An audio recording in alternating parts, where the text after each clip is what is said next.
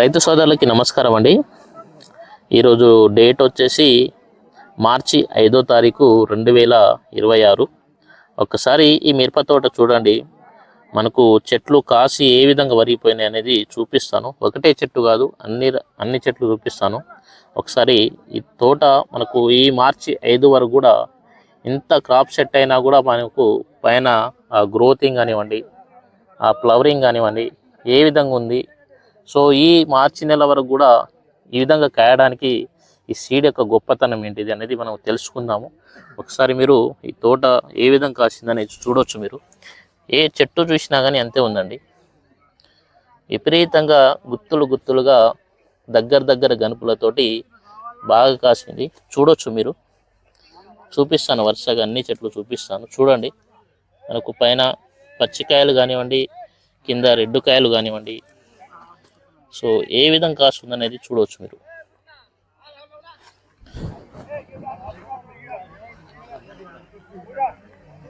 పైన ఈ గ్రోతింగ్ పచ్చికాయలు ఏ విధంగా ఉందని చూడవచ్చు.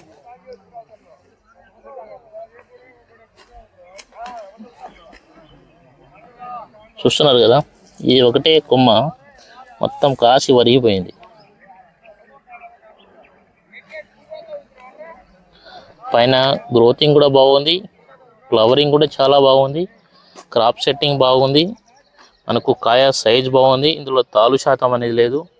సో ఈ మార్చి నెల వరకు కూడా తోట ఇంత హైలైట్గా ఉందంటే మామూలు విషయం కాదు. మనకు ఈ సంవత్సరము వర్షాలు అధికంగా పడి చాలా తోటలు కొట్టుకుపోయినాయి. అదేవిధంగా నల్లికి చాలా తోటలు మాడిపోయి వాసౌట్ అయినవి కూడా చాలా ఉన్నాయి. బట్ ఈ మార్చి నెల వరకు కూడా తోట ఈ విధంగా ఉందంటే హైలైట్. సో అన్నిటిని తట్టుకునే శక్తి దీనికి ఉంది కాబట్టి మార్చి నెలలో కూడా ఇలాంటి తోట మనం చూస్తున్నాం. సో ఇది సీడ్ గొప్పతనము, రైతు గొప్పతనం, దాని మెయింటెనెన్స్ అన్నమాట.